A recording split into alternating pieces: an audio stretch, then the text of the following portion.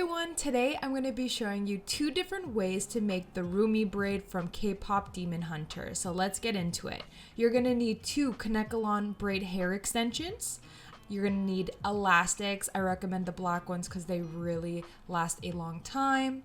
And then I'm using some pomade, or you can use gel, to really get that nice sleek look that Rumi has. And then I'm using my rat tail comb to really distribute all of that product.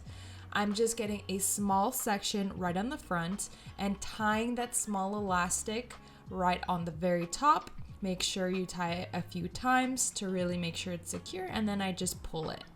Now we're gonna make a couple sections, and to make sure it is nice and tight, use your comb to get any flyaways, and then you can go ahead and clip off the rest.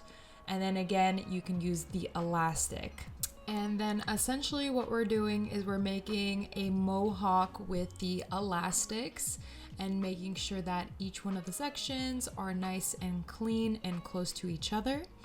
And you can do either 5 or 6 sections. It's up to you, however you want to go about it. Just make sure it's super tight as you're going about the elastics and just tugging how I'm doing right over here on the video. Once we're done with all of the sections, we have a good foundation for the Rumi braid. So we can go ahead and start the braid. Now we're gonna get our hair extension Kanekalon braid hair. You're gonna have to put it into different sections.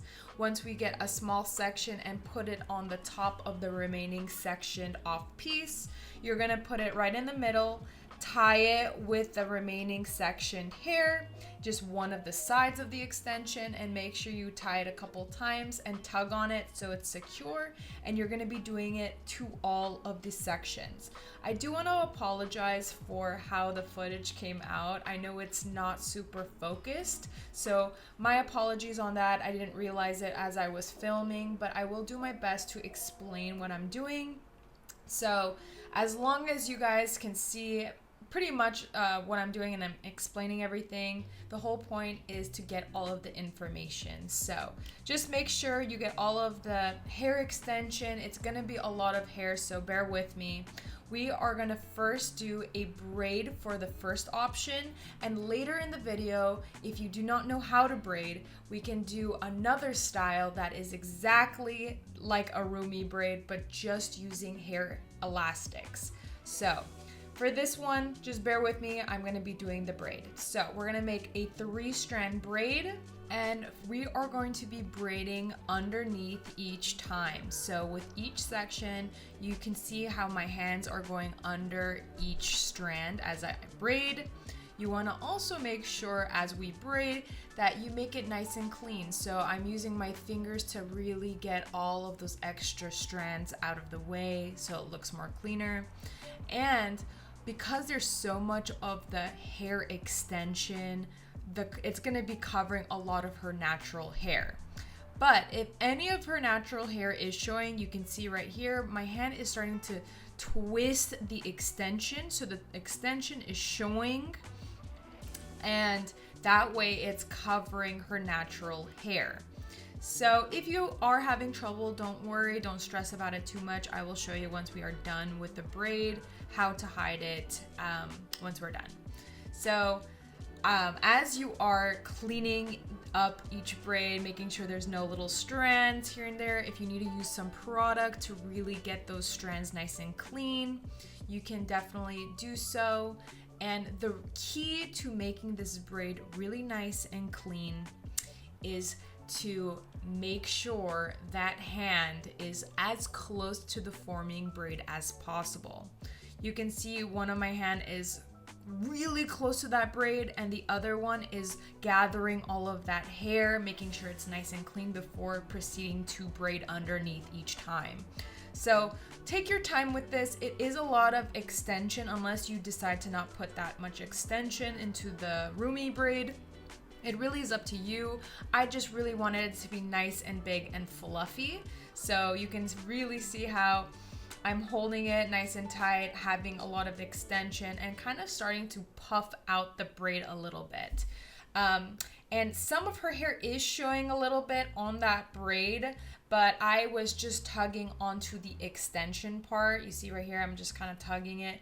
And the section where her natural hair is, I am not tugging it out, because that way the extension will be covering her natural hair. So just be patient with yourself. Make sure you're braiding all the way down. If you see the natural hair popping out of the braids and you don't like how that looks, you can easily get a bobby pin and pin that underneath the braid. So whatever section is popping out of the extension, you can just bobby pin it down so most of the hair extension is visible versus the natural hair showing. So I hope that is a helpful tip, and you can do that once all of the braid is braided. So like I said, you'll be good to go as long as you're braiding super close to the forming braid. And you can see right here towards the bottom of the braid, I am adding more hair extension, so that way the extension is longer and thicker as I'm braiding down. You don't have to do that added step on the bottom. I just wanted to mimic Rumi's hair as much as possible, but if you don't feel comfortable with adding those extensions at the bottom, you totally don't have to. And once I am all done, I made sure to fluff out everything, and this is the first option of doing the Rumi braid with just using a 3-strand braid. My beautiful model Leanna was amazing. She absolutely loved her braid so much, and of course she is rocking it. Now for the second option of not actually braiding, but we are going to be using elastics. So for the first section, you're going to split that section into 2 parts. We're going to skip that middle section and you can clip it out of the way. And then with that first section that is split into 2, you tie it to the 3rd strand. So now you have that together. Now we go back to that 2nd strand. We can go ahead and divide that into 2, just like how we did the first one. Put that the remaining section afterwards, put it out of the way. You can clip it and then get that 2 sections that were divided and put it into the remaining section. So we're just going to be doing that on repeat. So as long as you are just doing that to each of the strands, you're dividing it into 2, getting that remaining hair, put it out of the way, and then you're tying it off with the remaining sections. It is pretty straightforward, very repetitive. I will say with this Rumi braid, it definitely gives more fluff and more security because of all of the elastics compared to the first one. And I feel like this one definitely will last longer if you want to keep it for like more than a week. Depends on you. I know a lot of people will probably want to do this for Halloween, for example. So it's up to you. And this is definitely much more easier to do versus the braid. If you don't know how to braid, you are just using elastics and you just have to know how to do the pattern. Once you know how to do the pattern, it's pretty straightforward. And because of all of the elastics holding it together, it's pretty secure, and you can just fluff it out once you are done with the braids, or I guess the elastic braids. I know a lot of people online call this the dragon braid. I call it the pull-through braid. So it doesn't matter how you call it, as long as you do what method is best for you. This one does take a little bit longer versus the first one since it's just braiding the hair, and this one is using elastics and a pattern. So just a little note to take. And I do want to mention for the Kanekalon braid hair, you guys can find this specific color with tinsel on my website, everylittle.strand.com, if you'd like to purchase some. I think it's a really fun color with a little pizzazz of tinsel just to pop out that Rumi braid. So if you want to check it out, go ahead and check out my website. It'll be in the description down below, and it's such an easy Kanekalon braid hair to work with, and it is not blunt. It's all feathered out on the bottom of the Kanekalon hair, so it looks more natural looking. So anyways, once I am working down the bottom of the braid, you can see with one of the section it is smaller than the other. So to even it out, I'm adding 2 strands of Kanekalon braid hair, and I'm using my loopy tool and I am pulling it through so it is nice and secured into that elastic, and then I'm gonna do it to the other remaining section, but smaller section since it's already so much bigger than the other section.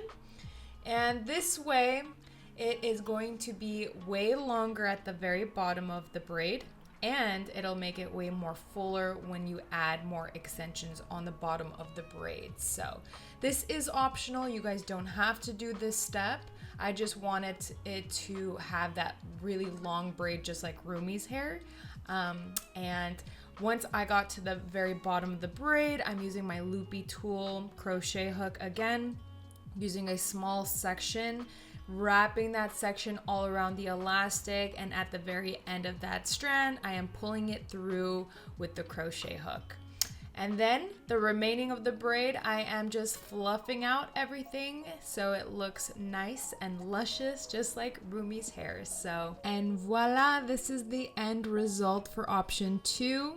I hope you found this tutorial super helpful for having different ways to braid Rumi's hair. So hopefully this helped you guys. If you would like to see more fun videos and tutorials of how to braid, please comment down below. I would love to hear your guys' thoughts, and I'll see you guys for the next video. Bye!